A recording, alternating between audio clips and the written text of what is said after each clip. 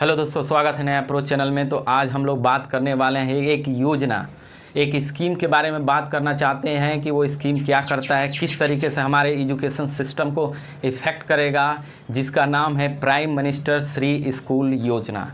ये इसका पर्पस लाने का क्या था, इसके बारे में हम लोग जानेंगे। तो सबसे पहले शुरुआत करते हैं प्राइम मिनिस्टर श्री स्कूल योजना के बारे में। तो आप देख सकते हैं कि प्राइम मिनिस्टर श्री स्कूल योजना है, इसकी शुरुआत 5 सितंबर 2022 को की गई है। यानी जो शिक्षक दिवस के अवसर पे प्राइम मिनिस्टर द्वारा ये स्कूल लॉन्च किया गया है स्कीम को। तो स्कीम का मतलब ये हुआ कि जैसे आप देखिए कि इसका क्या है। तो प्राइम मिनिस्टर हो गए, आपको पता ही है, प्राइम मिनिस्टर पीएम, और श्री का जो फुल फॉर्म होता है देखिए SH, तो ये स्कूल हो गया, क्या हो गया, प्राइम मिनिस्टर स्कूल, R से राइजिंग हो गया, और ये हो गया आपको I से इंडिया हो गया। ठीक है, तो आप देखिए prime minister school rising India, ये इसका फुल फॉर्म होता है। और ये स्कूल लाने का जो पर्पस है, ये लाने का पर्पस है 14,500 स्कूल। इसको क्या किया जाएगा, एक पायलट प्रोजेक्ट के तहत इसकी शुरुआत होगी 14,500 स्कूल को।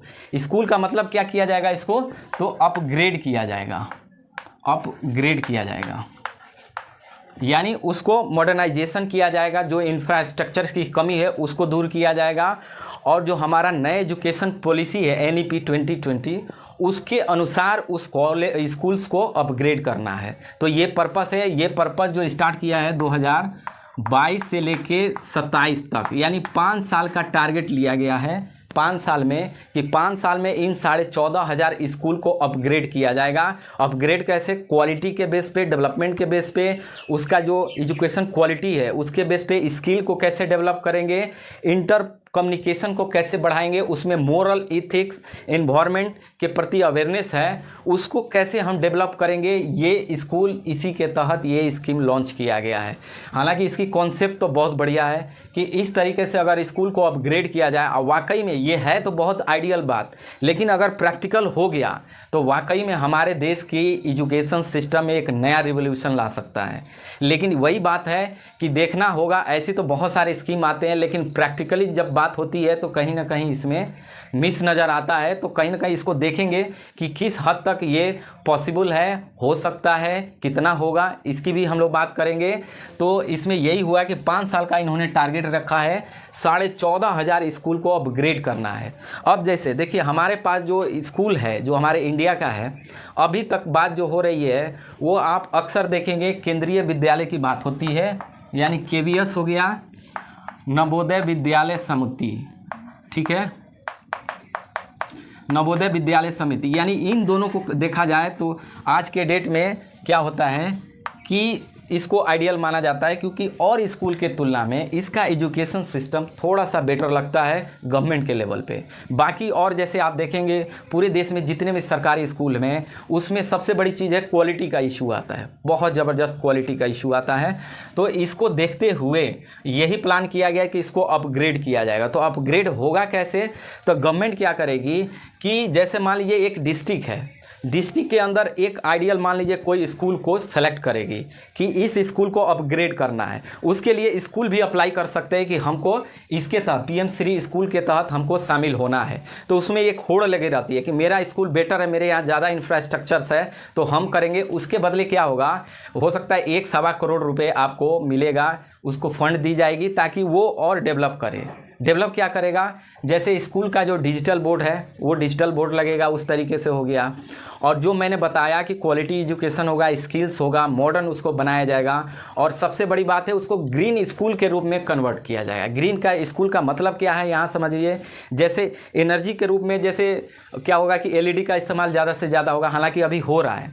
सोलर का इस्तेमाल होगा, वेस्ट मैनेजमेंट जो होता है स्कूल का उस तरीके से उसको भी कहीं ना कहीं इको फ्रेंडली की तरफ बनाया जाएगा। और क्या हो रहा है, मिशन लाइफ के तहत उसको जोड़ा जाएगा। यानी जो ह्यूमन लाइफ है, जो लाइफ है, लाइफ को क्या किया जाएगा, इन्वायरमेंट के रूप में उसको कन्वर्ट किया जाएगा। ठीक है, अपनी स्टाइल लाइफ को इन्वायरमेंट के रूप में कन्वर्ट किया जाएगा, तभी वो ग्रीन स्कूल के रूप में आएगा। तो लाइफ स्टाइल में क्या हो सकता है, जैसे मान लीजिए वाटर कंजर्वेशन, ये जो हमें क्या है मिशन लाइफ के तहत ये बताया जाता है या किया गया है कि आप जो है आपका जीने का तरीका, चाहे हेल्थ से जुड़ा हो या पोल्यूशन से जुड़ा हो, खास करके एयर पोल्यूशन हो गया या फिर वाटर पोल्यूशन हो गया, हम उसको कैसे मैनेज करेंगे, बच्चों में कैसे ये डेवलप करेंगे कि वाटर कंजर्वेशन को कैसे वो एडॉप्ट करे, कैसे करे अपने लेवल पे।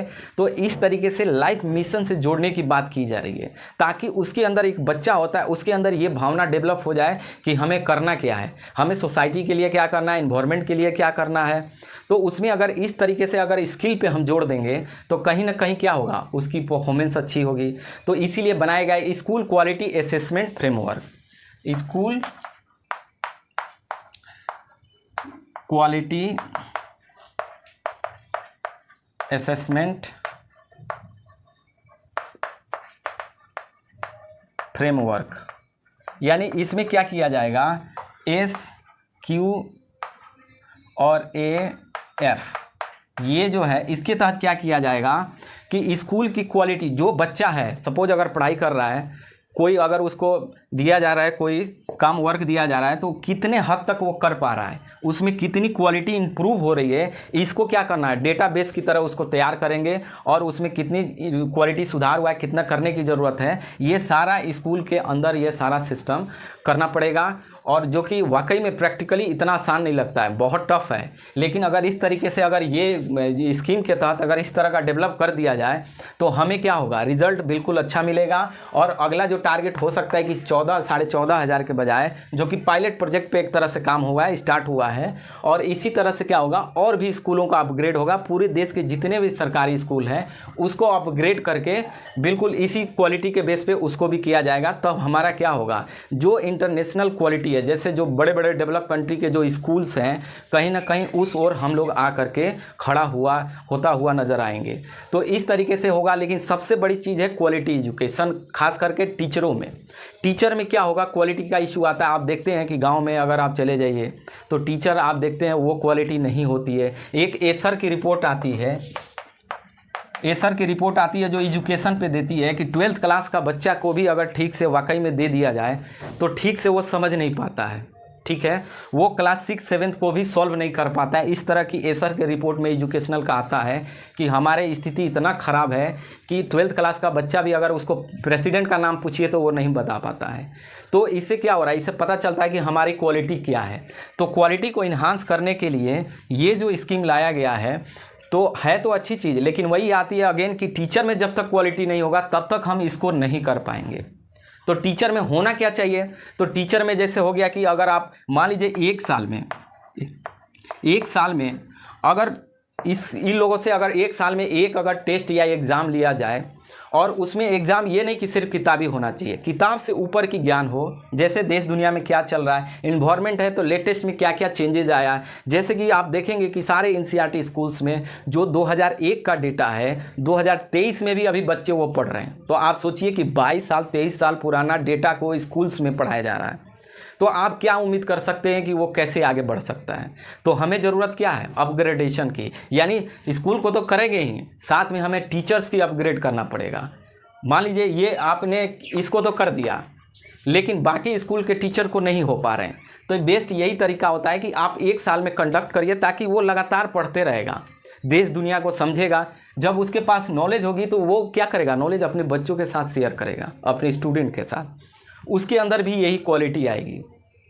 तो क्या होगा, अपने आप स्किल डेवलप शुरू हो जाएगा इन्वायरमेंट के प्रति। मान लीजिए अभी लेटेस्ट कोई आ रहा है, अब जैसे कॉप की मीटिंग हो गई, COP28 की मीटिंग हो रही है, टीचर्स को पता ही नहीं होता है कि COP28 होता क्या है, किस चीज़ से जुड़ा हुआ है, हमारे बच्चे कैसे जानेंगे। जब टीचर को नहीं पता रहेगा तो स्टूडेंट को कैसे पता होगा। तो कहीं ना कहीं क्या है, वो जो दिनचर्या, जो नए नए अपग्रेडेशन हो रहे हैं, जो आ रहे हैं, जो करंट अफेयर्स बन रहे हैं, ऐसे क्वेश्चन क्या हो रहा है, टीचर्स के अंदर होना चाहिए कि हमारे दुनिया में क्या हो रहा है, नई नई कौन सी टेक्नोलॉजी आ रही है, क्या क्या चीज़ें नए नए लॉन्च हो रहा है, तो उसे पता होना चाहिए। लेकिन वाकई में ये जो है सारे बच्चे मिस हो जाते हैं। आप सोचिए कि 12th क्लास के बच्चों को भी ये सब पता नहीं होता है, सिर्फ किताबी बातें जो है वही रटवाया पढ़ाया जाता है जो किताब में लिखा हुआ है। तो सबसे बड़ी चीज़ है कि अगर आप NEP लाते हैं, नेशनल एजुकेशन पॉलिसी 2020 ला रहे हैं, तो सबसे पहला जो काम होना चाहिए वो होना चाहिए कि जितना भी NCERT किताब है पूरी तरह से वॉश आउट करो, यानी उसको एकदम पूरी तरह से धो डालो और उसको नए तरीके से प्रेजेंट करो, जो कि इतना ईजी लैंग्वेज हो कि कोई भी पढ़े तो वो समझ जाए। इस तरीके से प्रेजेंटेशन होना चाहिए, न कि उसको कंफ्यूज करो। लड़के समझ ही नहीं पाते। हम लोगों ने 20-20 बार NCERT पढ़ा होगा, उसके बाद भी आज भी पढ़ेंगे तो नए नए वर्ड्स उसमें देखने को मिल जाता है। जैसे जैसे नॉलेज बढ़ती है उसके अंदर बिटवीन द लाइन अगर आप पढ़ेंगे तो बहुत सारा हिडन छुपा हुआ होता है। ये सबको नहीं पता चलेगा, जब आप गहराई में जाते हैं तभी पता चलता है। किताब तो लोग लिख दिया, जैसे मैं ज्योग्राफी का लेक्चर ले रहा था, उसने लिख दिया कि भाई 30 डिग्री का अंतर है इंडिया के ईस्ट और वेस्ट में। लेकिन 30 डिग्री का अंतर है तो कैसे अंतर है, हम कैसे निकालेंगे, किताब में दिया ही नहीं है। तो बच्चे को क्या पता है कि 30 डिग्री क्या होता है, कैसे निकालना है। तो ये चीज़ें क्या हो रहा है कि स्कूल किताब में भी नहीं लिखा हुआ है, तो आप कैसे आप करोगे। तो क्या होगा, टीचर को अपग्रेड करना होगा, उसकी क्वालिटी बढ़ानी होगी। और क्वालिटी ऐसे नहीं होगा, पहले बुक्स को आप चेंज करो, अपग्रेड करो और कोशिश करो कि कम से कम 5 साल में किताब की रिवाइजेशन हो। 5 साल में नए नए कुछ टॉपिक ऐड हो, उसको नया लाओ। जो इरेलेवेंट हो गए उसको बाहर करो, जो रिलेवेंट है उसको लाओ। नहीं अब साइंस पढ़ा रहे हैं तो साइंस प्योर साइंस पढ़ा रहे हैं, प्योर साइंस नहीं, टेक्नोलॉजी के साथ पढ़ाइए। जो नए नए आ रहे हैं, आर्टिफिशियल इंटेलिजेंस आ रहे हैं, रोबोटिक्स आ रही है, नैनो टेक्नोलॉजी आ रही है, बायोटेक्नोलॉजी आया, इस तरीके से जो नए नए चीज़ें आ रही हैं वो पढ़ाइए। चंद्रयान 3 क्या है, कैसे छोड़ा गया, इसमें कौन कौन टेक्नोलॉजी है, इस तरीके से पढ़ाएंगे तो बच्चों में क्या होगा, क्यूरियोसिटी होगी। वो अडॉप्ट करेगा कि हाँ हम कुछ नया सुने हुए हैं। अब जो पढ़ाया जाता है वो लाइफ में कभी सुना ही नहीं हो, उसका कोई यूज़ ही नहीं हो, तो कैसे अडॉप्ट करेगा। तो ये चीज़ें बहुत बड़ी बात है। तो इसी को लेकर के इस तरीके से काम करने की ज़रूरत है। इसी में हम बात करते हैं, ये गुजरात में लॉन्च किया गया है और इसमें क्या किया गया है कि एक गुजरात में लॉन्च किया गया है और उसका नाम क्या है, mission school for excellence. Mission school for excellence, mission school for excellence. इसका मतलब ये है कि इसको 22 अक्टूबर 2022 को शुरू किया गया प्राइम मिनिस्टर द्वारा। ये गुजरात गवर्नमेंट के लिए क्या किया गया है, एजुकेशन के लिए, यानी वहाँ का जितना भी स्कूल है गुजरात के लिए, उसके लिए special mission school for excellence start किया गया है कि पूरे गुजरात को स्कूल का पूरी तरह अपग्रेडेशन करना हो। तो इसमें 10,000 करोड़ का बजट रखा गया है, 10,000 करोड़ का बजट रखा गया है। और इसके तहत इसको फंड जो दे रहा है वर्ल्ड बैंक दे रहा है, वर्ल्ड बैंक दे रहा है इसको फंड कि आप मेरे से फंड लीजिए और पूरे स्कूल के, गुजरात के जितने भी स्कूल्स हैं उसको अपग्रेड करिए। जैसे PM स्कूल है इसी तरीके से उसको अपग्रेडेशन है, इंफ्रास्ट्रक्चर जो डेवलप करना है, नए नए एजुकेशन लाना है, तो उसके लिए ये इसने अनाउंस किया है। तो इस तरीके से है। एक और मैं बात करना चाहूँगा, एजुकेशन की बात आई है तो PISA टेस्ट की बात करते हैं। PISA टेस्ट, PISA टेस्ट होता है क्या है, preference for international school assessment. ये टेस्ट होता है पूरी दुनिया में, इसको कंडक्ट करती है OECD, एक एजेंसी है। 1997 में इसकी शुरुआत हुई थी। इसमें इंडिया ने 2009 में पार्टिसिपेट किया था, 2009 में किया था, लाया था 72 आउट ऑफ 73 इसका रिजल्ट है। आप देखिए कि इंडिया में ये 72 रैंक लाया था, 73 कंट्री पार्टिसिपेट किया था। तो आप सोचिए कि कितनी बदतर स्थिति है हमारे देश की। और ये टेस्ट जो करती है किस बेसिस पे होती है, तो मैथ होता है, मैथ, साइंस और रीडिंग, इस पे जोड़ देता है। ये इन तीनों को जोड़ देता है। और उसमें जो टेस्ट हुआ था उसमें ये 72 रैंक लाया था। उसके बाद से अभी तक इसकी तैयारी चल रही है लेकिन परफॉर्मेंस नहीं है। 2018 में लास्ट टाइम हुआ था, उसमें चाइना ने टॉप किया था। तीनों में अलग अलग, मैथ में भी, साइंस में भी, रीडिंग में भी किया था। और इंडिया अभी तक पार्टिसिपेट नहीं किया, आगे की प्लान हो रही है।